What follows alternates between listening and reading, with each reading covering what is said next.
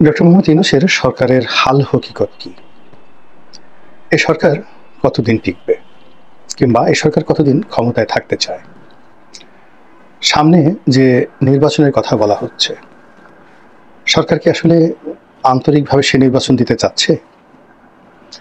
আর যদি সে নির্বাচন দেয়, সেক্ষেত্রে ডক্টর মোহাম্মদ ইউনূস যে সকল তার মদদে দল তৈরি করেছেন, এনসিপি সহ অন্যান্য রাজনৈতিক দল প্রায় 50 থেকে 60টি, যাদেরকে বলা হয় কিংস পার্টি।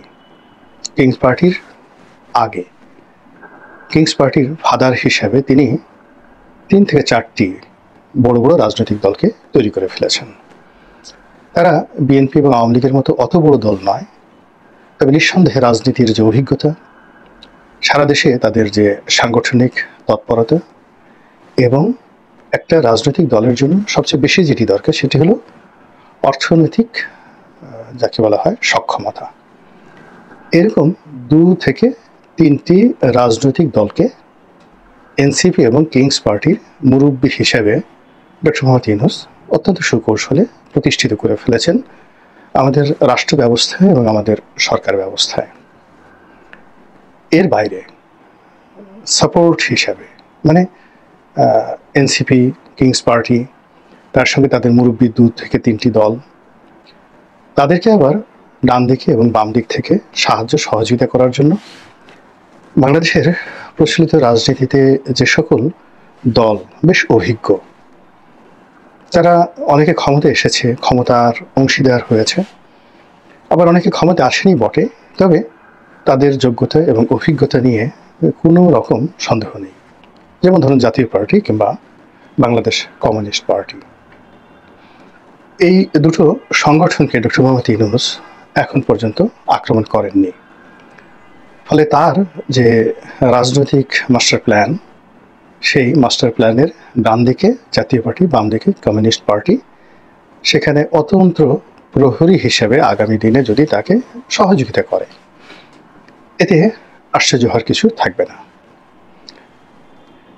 আমরা যেটা পর্দার সামনে, মানে মঞ্চে যেটা দেখতে পাচ্ছি, আওয়ামী লীগের উপর আসলে খুব জুলুম অত্যাচার হচ্ছে, কিন্তু বাস্তবতা হলো যে আওয়ামী লীগের অনেক লোক, বিশেষ করে যাদের বিরুদ্ধে মব হলে, যে মব সন্ত্রাস নিয়ে আমরা আজ এত নেতিবাচক কথা বলছি, যাদেরকে যদি ছাত্র এবং জনতা পিটিয়ে জীবন্ত কবর দিয়ে তারপর সেই কবরের উপরে তারা লম্ফ এবং ঝম্প করত, অক্টোবর, নভেম্বর, ডিসেম্বর 2024 সনের এই সময়গুলোতে সারা বাংলাদেশে মিষ্টি বিতরণ হতো।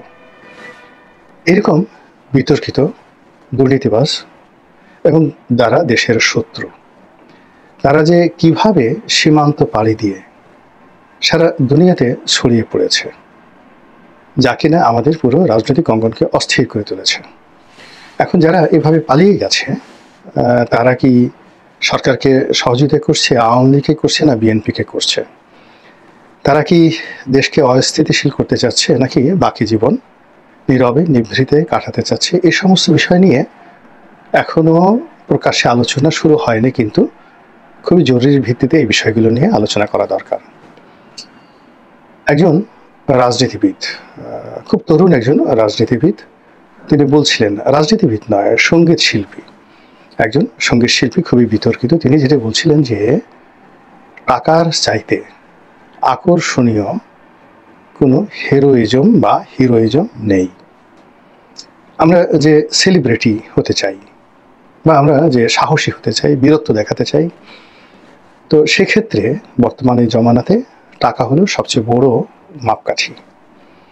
আপনার টাকা থাকলে আপনি জ্ঞানী না হয়েও জ্ঞানের অধিকারী হবেন, জ্ঞানীরা আপনার পদতলে কদমবুচি করবে।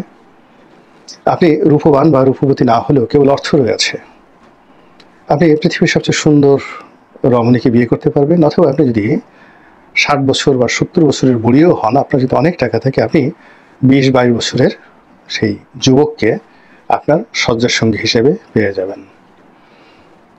রাজদরবারে আপনার জন্য চেয়ার থাকবে, রাজা আপনার গলায় মাল্য দেবে। এই হলো অর্থের ক্ষমতা।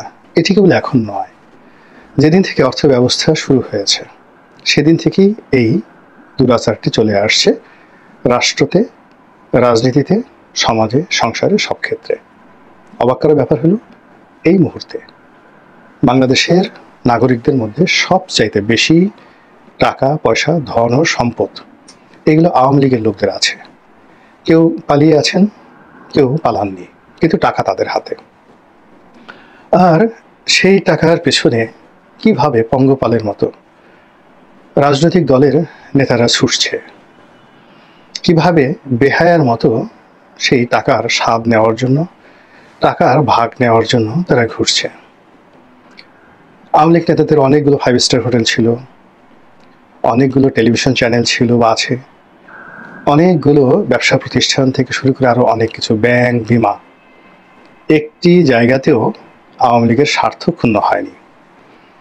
সেটা এস আলম বলেন, সামিট গ্রুপ বলেন, কিংবা ভারতের আদানি বলেন, কিংবা তমা কনস্ট্রাকশন বলেন, সাইপ পাওয়ার টেক বলেন, এ সমস্ত বড় বড় জায়ান্ট কোম্পানিগুলো তারা আগের যে কোনো সময়ের চাইতে এই নব্য যুগের যারা রাজনীতির কুশীলব তাদেরকে অনেকটা সেই কাটা খাওয়া বিড়ালের মতো তাদেরকে সামনে কাটা রেখে, উচ্ছিষ্ট রেখে তাদেরকে যেভাবে ঘুরাচ্ছে, এই ঘুরানোর ফলে আপনি অনেকের ছেলেকে দেখতে পাবেন, অনেক এই কাটা খাওয়া বিড়ালের ছেলে মেয়েকে দেখতে পাবেন যে আওয়ামী দোসরদের সেই অফিস আদালতে ভিক্ষুকের মতো বসে আছে।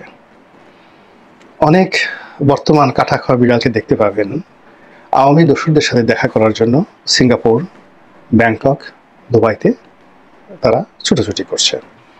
তো এই যদি হয় আওয়ামী অর্থনীতির অবস্থা, তাহলে আওয়ামী রাজনীতির অবস্থা খুব কি খারাপ?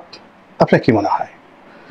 বরং আমরা যারা 2009 সন থেকে একেবারে 25 সন পর্যন্ত কায়মনো বাক্যে আওয়ামী লীগের বিরোধিতা করেছি এবং এই পরিবর্তিত পরিস্থিতিতে না ঘরকা না ঘটকা আমরা আগের মতো যারা কথা বলে আসছি, অন্যায়কে অন্যায়, সাদাকে সাদা, কালোকে কালো, তারা অবাক বিস্ময়ে দেখছি যে আম এবং দুধ একত্রে মিশে গেছে।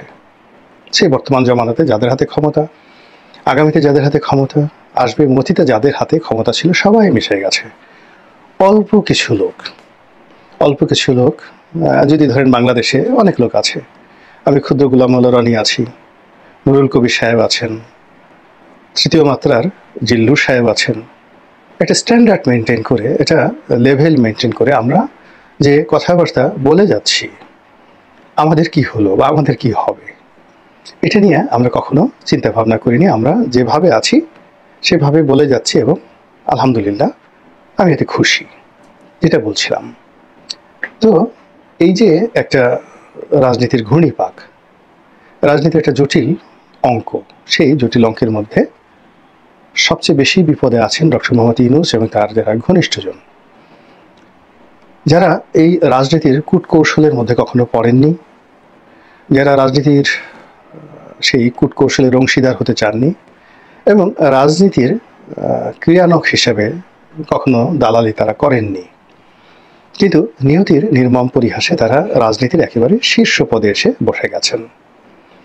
এখন এই মানুষগুলোকে যারা উপদেষ্টা মণ্ডলীতে আছেন, যারা বিপ্লবী ছাত্রনেতা হিসেবে আছেন, এখনো পর্যন্ত নীতি এবং আদর্শ ধরে আছেন, যাদের বিরুদ্ধে এখনো পর্যন্ত দুর্নীতির অভিযোগ আসেনি, আর অন্যদিকে ডক্টর মোহাম্মদ ইউনূস এবং তার পরিবার, তাদের বিরুদ্ধে অনেক অভিযোগ এসেছে, কিন্তু মোরাললেস ঠিক ওইরকমভাবে কি বলবো, বিএনপি জমানাতে বা আওয়ামী লীগ জমানাতে যেভাবে মারাত্মক দুর্নীতির কথা আমরা শুনেছি, টাকা পাচারের কথা শুনেছি, এই জিনিসগুলো এখনো ডক্টর মোহাম্মদ ইউনূস এবং তার পরিবারের বিরুদ্ধে আসেনি। অভিযোগ আছে তিনি একটা লাইসেন্স নিয়েছেন বিশ্ববিদ্যালয়ের। আচ্ছা ঠিক আছে, আওয়ামী লীগ জমানাতে, বিএনপি জমানাতে অনেক অশিক্ষিত লোকজন 8 পাস করেনি, তারাও বিশ্ববিদ্যালয়ের ট্রাস্টি বোর্ডের চেয়ারম্যান হয়েছেন, বড় বড় বিশ্ববিদ্যালয়ের মালিক হয়েছেন। তো সেক্ষেত্রে ডক্টর মোহাম্মদ ইউনূস যদি একটা বিশ্ববিদ্যালয়ের মালিক হন বা লাইসেন্স নেন, ক্ষতি কি বলেন তো? তিনি ম্যান পাওয়ারের লাইসেন্স নিয়েছেন, ভালো কথা। তো অন্য 10 জনে যদি পেতে পারে, তিনিও তো পেতে পারেন, এখানে তো বাধা নেই যে তিনি নিতে পারবেন না। আপনি বলতে পারেন যে ওই রাষ্ট্রীয় পদ পদবিতে থেকে তার এটা সাজে না। শেখ হাসিনা বেগম, খালেদা জিয়া তো এই কাজ করেননি, ভালো কথা। শেখ হাসিনা, বেগম খালেদা জিয়া তারা পদে থেকে কাজ করেননি, কিন্তু সালমান এফ রহমান কী করেছেন, তারপর আনিসুল হক কী করেছেন, এস আলম কী করেছেন, তারা কি শেখ হাসিনার অজ্ঞাতে কাজগুলো করেছেন? বেগম খালেদা জিয়ার কথা যদি ধরেন, এরকম বিশাল, আপনি মোর্শেদ খানের কথা চিন্তা করতে পারেন, আর অনেকের কথা আপনি বলতে পারেন, শত শত মানুষ।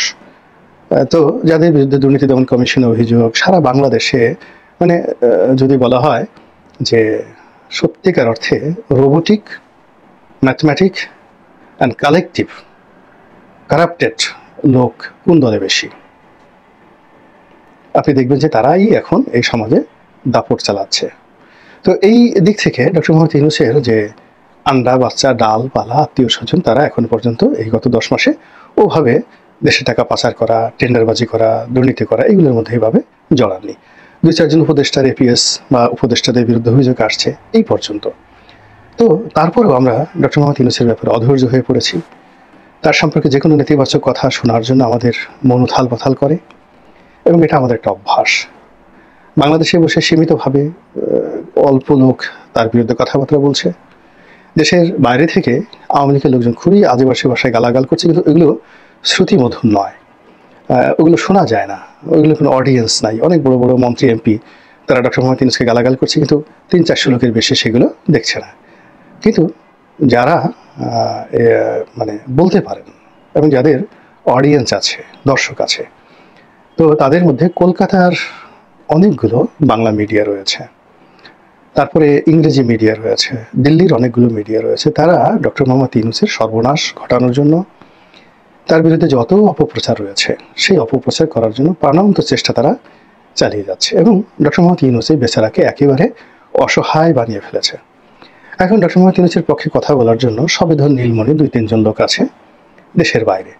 তো এখন 18 কোটি মানুষ, তো 18 কোটি মানুষের মধ্যে একজন ইউটিউবার যদি 4-5 লাখ 6-7 লাখ লোককে একই কথা বারবার বলে, এবং দর্শক 4-5 লাখই, এর বাইরে আর দর্শক জানে, এই 4-5 লোকের মধ্যে মানে ইনফ্লুয়েন্সিয়াল সিদ্ধান্ত নিতে পারে এরকম লোক 1%ও নেই। সব বিলো ক্যাটাগরির যারা মানে ওই যাত্রা গান দেখে, খ্যামটা নাচ দেখে, এই ধরনের দর্শক শ্রোতাদেরকে ইনফ্লুয়েন্স করার মতো কিছু ডক্টর মোহাম্মদ ইউনূসের মেন্টর রয়েছেন দেশের বাইরে। তো সেটা দিয়ে আসলে কাজের কাজ হচ্ছে না। মানুষের বুদ্ধিবৃত্তিক যে জায়গা, সেই জায়গাতে ডক্টর মোহাম্মদ ইউনূসের জন্য একটি জায়গা তৈরি করার জন্যে এখনো পর্যন্ত তার কোনো সপক্ষ শক্তি দাঁড়ায়নি দেশের বাইরে। ধরুন প্রথম আলো, কিংবা ডেইলি স্টার, কিংবা ধরুন নুরুল কবির সাহেবের নিউ এজ, কিংবা ধরুন মানব জমিনের মতিউর রহমান সাহেব, কিংবা জিল্লুর রহমান।